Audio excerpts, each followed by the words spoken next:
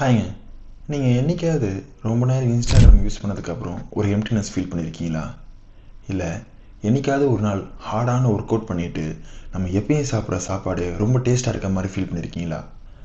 அப்படி ஃபீல் பண்ணியிருக்கீங்கன்னா அதுக்கு பின்னாடி ஒரு தியரியே இருக்குங்க. அந்த தியரி பேர் என்னன்னா சீசா தியரி. அந்த தியரி படி நம்ம எப்போல்லாம் அளவுக்கு அதிகமான ப்ளஷர் எடுத்துக்கிறோமோ ஒரு மோட் ஆஃப் பெயின் வந்து நம்மளை சப்ரஸ் பண்ணணும்.